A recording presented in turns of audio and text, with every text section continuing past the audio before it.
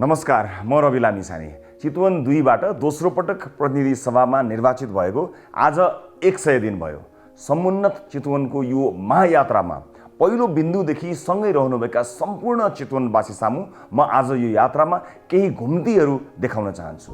मैले आफ्नो निर्वाचन क्षेत्रमा केही कामको सुरुवात गरेको छु, केही गर्दैछु। यी कार्यक्रमहरू केही नमुना छन्, केही परीक्षण स्वरूप सुरुवात हुँदैछन्। सङ्घीय सांसदको जिम्मेवारी र कामबारे म र हाम्रो पार्टी राष्ट्रिय स्वतन्त्र पार्टी अवगत छौँ। मेरो निर्वाचन क्षेत्रमा भइरहेका कामले स्थानीय सरकारको सीमा नाग्दैन। हामीले लोककल्याणकारी राज्य परिकल्पना गरेका चाहिँ छौँ। संविधानले सुनिश्चित गरेका मौलिक हकहरू नागरिकले अक्षरशः उपयोग गर्न पाउनु पर्दछ। राज्यले ठुला विकास आयोजना अतिरिक्त लोकहितका के कस्ता योजना ल्याउनुपर्छ भन्ने विषयमा म सञ्चारकर्मी रहँदादेखि नै स्पष्ट छु। त्यही स्पष्ट दृष्टिका साथ विभिन्न योजनामा सहभागी हुँदै पनि आएको छु। हामी कागजी अध्ययन मात्र नभएर विभिन्न क्षेत्रमा पाइलट प्रोजेक्टहरू सञ्चालन गरी जनताका समस्या समाधान गर्ने बाटोमा छौँ। विकासका यी प्रारूपहरूलाई परिष्कृत गर्दै सफल साबित भएका योजनालाई राज्य स्तरबाटै कार्यान्वयनमा लैजान दबाब दिँदैछौँ। हामी कार्यकारी भूमिकामा आएपछि पूर्ण रूपमा धेरै कुराहरू कार्यान्वयन गर्नेछौँ, तर तत्कालका लागि यस्ता योजनाहरू आयोजनाहरू राज्यको खर्चमा नभएर निजी क्षेत्र, अन्तर्राष्ट्रिय साझेदारहरू, गैर संस्कारी संस्था र आम नागरिकको सहयोगमा कार्यान्वयन गर्नेछौँ। यस्ता योजना कार्यान्वयन गर्दा विभिन्न तहका सरकारसँग आवश्यक समन्वय गरेका छौँ र गर्नेछौँ। हाम्रो विकासको मोडल तारे होटेलका बैठक र विदेशका महँगा भ्रमणमा होइन, हाम्रै जनताका घर दैलोमा तयार हुनेछन्।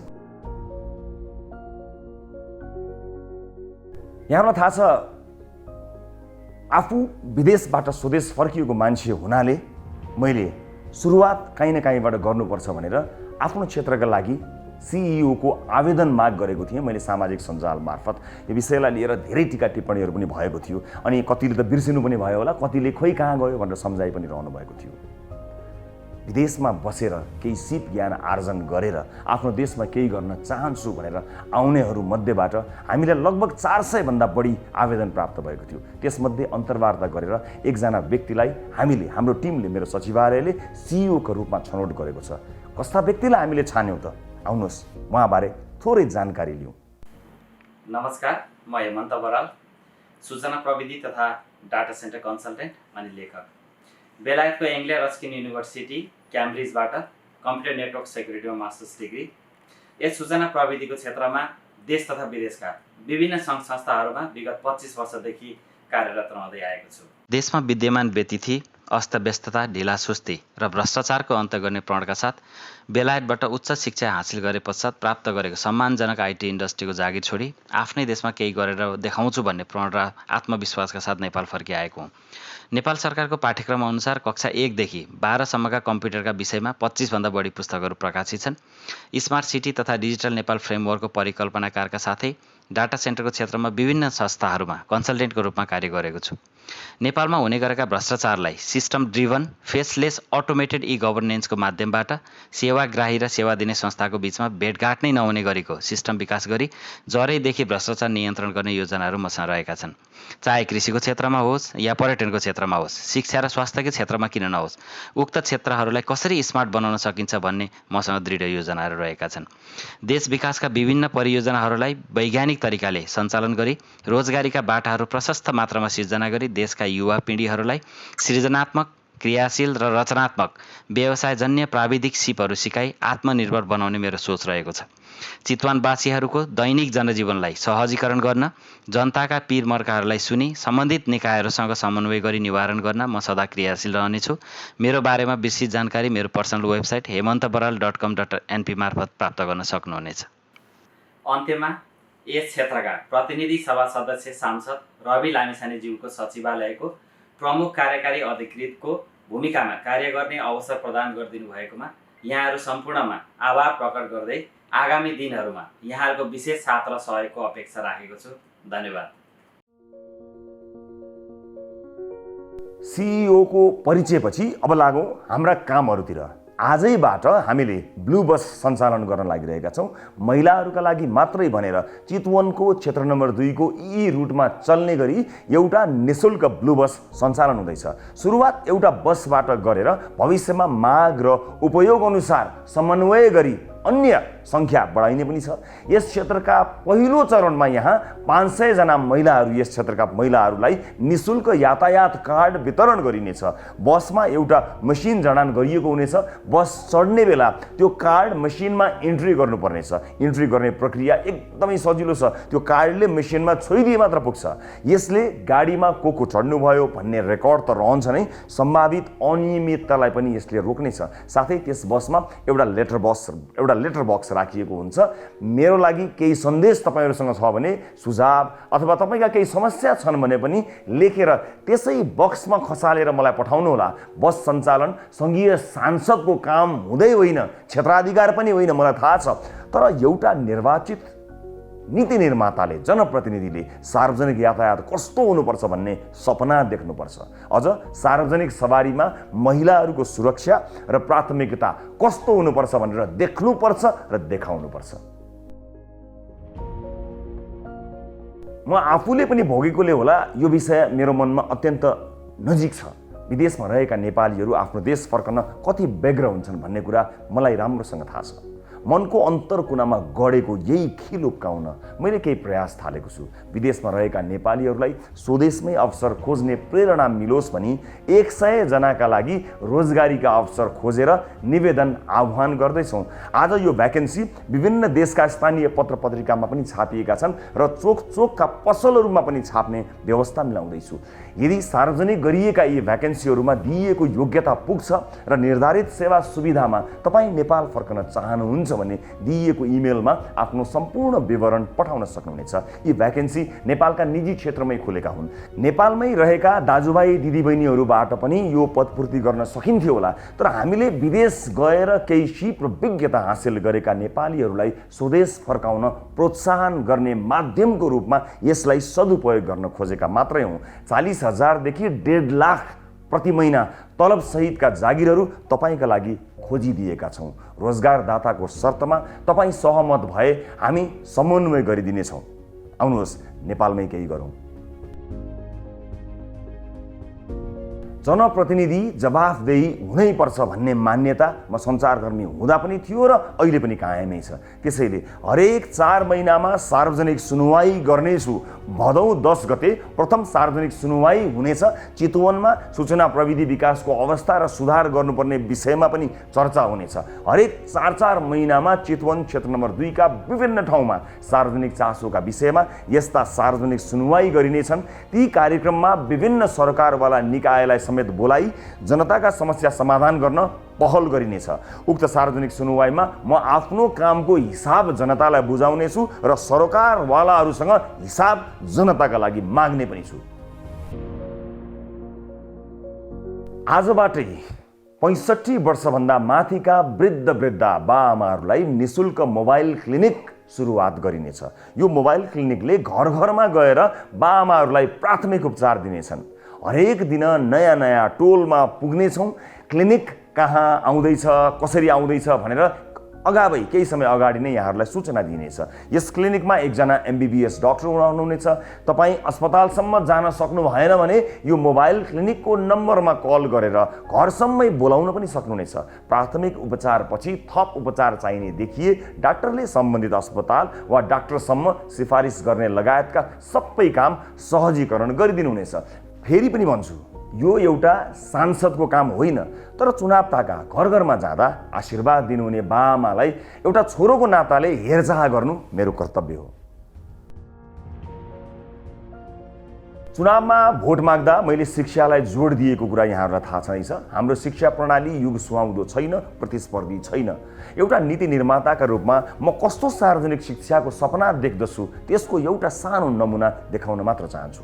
चितवन क्षेत्र नम्बर 2 अन्तर्गत पर्ने श्री रामनगर माध्यमिक विद्यालय र श्री चतुर्मुखी माध्यमिक विद्यालयका कक्षा 11 र 12 लाई पहिलो चरणमा नमुना बनाइएको छ। क्रमशः 10-9 गर्दै सबै कक्षालाई नमुना बनाउँदै लैजाने हाम्रो योजना छ। बिस्तारै अर्को एक विद्यालयलाई पनि नमुना बनाउने लक्ष्य लिएका छौँ। चितवनका विद्यार्थीले काठमाडौँको बुढा नीलकण्ठ र पोखराको गण्डकी बोर्डिङ स्कुलका विद्यार्थीहरूसँग प्रतिस्पर्धा गर्न सक्ने बनाउने लक्ष्य लिएका छौँ।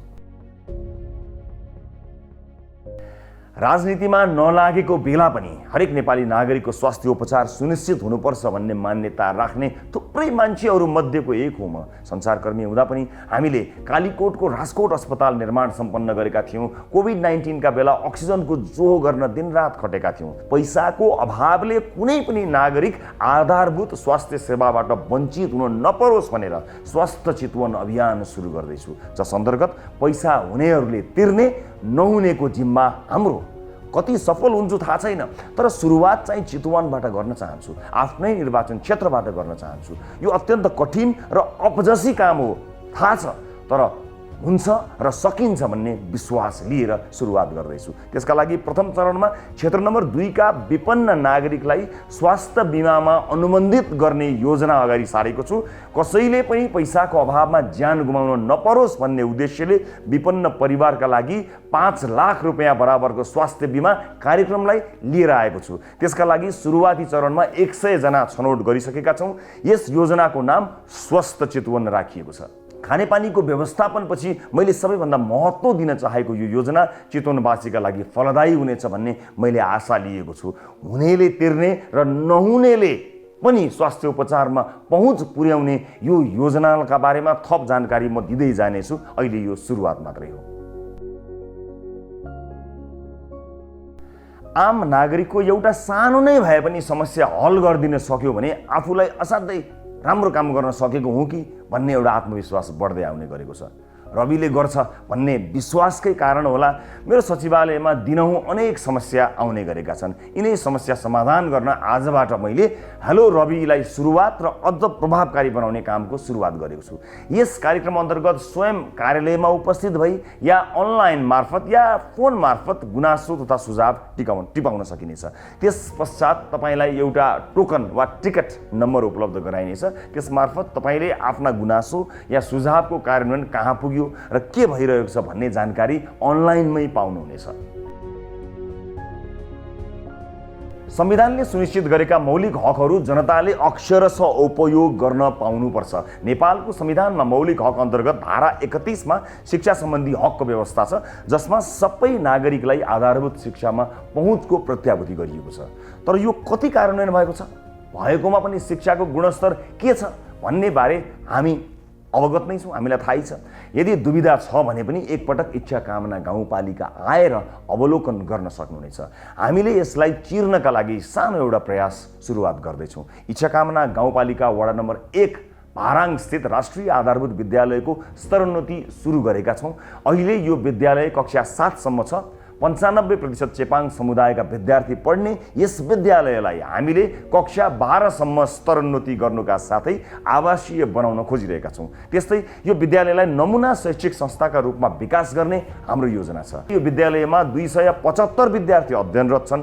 यो अभियानमा सहयोग गर्ने इच्छा कामना गाउँपालिका र सपना भिलेज सोसियल इम्प्याक्टलाई हृदयदेखि धन्यवाद तथा कृतज्ञता व्यक्त गर्न चाहन्छु। विशेष गरेर इच्छा कामना गाउँपालिकालाई पहिलो पटक निर्वाचित भएपछि मैले शरीर ढाक्ने राम्रो कपडा पनि नभएका र पेटभरि खाना नपाएका ससाना बालबालिकाहरूलाई साक्षी राखेर भनेको थिएँ कि एउटा यस्तो आवासीय स्कुल बनाउन पहल गर्नेछु जहाँका विद्यार्थीले उत्कृष्ट शिक्षा, स्वादिष्ट भोजन र आकर्षक कपडा सजिलै प्राप्त गर्न सकुन्। बस त्यही अभियान अन्तर्गत यो आवासीय विद्यालय सुरु गर्दैछौँ। हरेक वर्ष बर्सातका बेलामा करिब 3 महिना बाढी पहिरोले क्षेत्र नम्बर 2 अझ विशेष गरेर मौलिन नारायणघाट सडक खण्ड आक्रान्त हुने गर्दछ। त्यसैले नागरिकलाई बाढी पहिरोको विपत्तिबाट जोगाउन र यस्तो विपत्तिबाट मद्दत गर्न हाम्रो RAT ऱ्यापिड एक्सन टिम चनाखो भएर अब खटिनेछ। प्रत्येक बर्खामा अत्यधिक जोखिमयुक्त क्षेत्रमा कम्तीमा 20 सदस्य सम्मिलित RATले सरकारी निकाय, सुरक्षाकर्मी र आम नागरिकसँग मिलेर सहजीकरण, उद्धार लगायतका काममा सहयोग पुर्याउनेछ। कृषिमा विश्वमै उत्कृष्ट मध्ये एक मानिने इजरायली प्रविधि, ज्ञान र सिपबारे हामी धेरैलाई थाहा छ। नेपालका लागि इजरायली राजदूत हनान गोरेरसँग 2080 जेठ 30 गते केन्द्रीय कार्यालयमा मेरो भेटवार्ता भएको थियो। उक्त भेटमा इजरायलको एक नमुना गाउँसँग हाम्रो इच्छाकामना गाउँपालिकालाई मित लगाउने र कृषिमा नमुना गाउँको रूपमा स्थापित गर्ने योजनामा छलफल भएको थियो। महामहिम राजदूतले यो योजनालाई अगाडि बढाउने विषयमा सकारात्मक प्रतिक्रिया र कदम चाल्नु भएको छ। नेपाल सरकारका सम्बन्धित निकाय र परराष्ट्र मन्त्रालयसँग आवश्यक पर्ने स्वीकृति र समन्वय गरी यो कार्यक्रम अगाडि बढाउन पहल सुरु गरेको छु। 2080 साल वैशाख 10 गते सम्पन्न उपनिर्वाचनमा मैले प्राप्त गरेको 54,176 मत बराबर फलफूल र जडीबुटीका बिरुवा रोप्ने योजना आज 100 दिनको अवसर पारेर उद्घोष गर्न चाहन्छु। हरेक मतदाता प्रतिको सम्मान स्वरूप मैले यो योजना आजबाट सुरु गर्दैछु र अब 54,176 बिरुवा रोपिसक्ने प्रण पनि आजै गर्न चाहन्छु। प्रत्येक मतदाताको नाममा कम्तीमा एउटा बिरुवा चाहिँ रोप्न चाहन्छु। मैले सुरु गरेका र सुरु गर्न चाहेका सबै कामको निरन्तरताका लागि आर्थिक स्रोत साधनको आवश्यकता पर्छ। म आर्थिक रूपले सम्पन्न मान्छे पनि होइन, भएको पनि छाडेर सेवामा लागेको मान्छे तपाईहरुलाई थाहा भएको विषय हो। एक व्यक्तिले गर्न सक्ने कुरा पनि त्यति धेरै हुँदैनन्, व्यक्तिका सीमितताहरू छन्। त्यसैले विदेशमा बस्नुहुने सम्पूर्ण चितवनवासीलाई एकजुट भएर हामीलाई यस काममा सघाउनको निमित्त र हातेमालो गर्नको निमित्त म विनम्रतापूर्वक अनुरोध गर्न चाहन्छु। हामीले चितवन क्लब बनाउँदैछौँ। यदि तपाईँ विदेशमा हुनुहुन्छ र यस क्लबमा जोडिन चाहनुहुन्छ भने स्क्रिनमा देखिएको इमेल र व्हाट्सएप नम्बरमा हामीलाई सम्पर्क गर्न सक्नुहुनेछ। देश बनाउने महाअभियानमा हामीलाई तपाईहरुको सहयोग अपरिहार्य छ। सँगै मिलेर हामीले चितवनबाट देश विकासको मोडल तयार पार्नु छ। अहिले मलाई र चितवनलाई तपाईको सहयोगको आवश्यकता छ। अहिले सहयोग गर्नुहोस् र विश्वास गर्नुहोस्, केही वर्षपछि तपाईले चितवनमा लगानी गर्नुहुनेछ, सहयोग मात्र होइन। र अन्त्यमा यी सबै कामको सुरुवात गर्दा सहयोग गर्नुहुने स्थानीय सरकार र चितवनका स्थानीयलाई धेरै धेरै धन्यवाद व्यक्त गर्न चाहन्छु। नमस्ते। कोही मान्छे बोल्दैनन्, काम गर्छन्। कोही मान्छे बोल्छन् पनि काम पनि गर्छन्। कोही मान्छे बोल्छन् मात्रै काम गर्दैनन्। तर कोही मान्छे बोल्छन् पनि, खट्छन् पनि, सोध्छन् पनि, काम गर्छन् पनि, काम गराउँछन् पनि, गरेको काम मध्ये केही देखाउँछन् पनि, धेरै देखाइहाल्दैनन् पनि।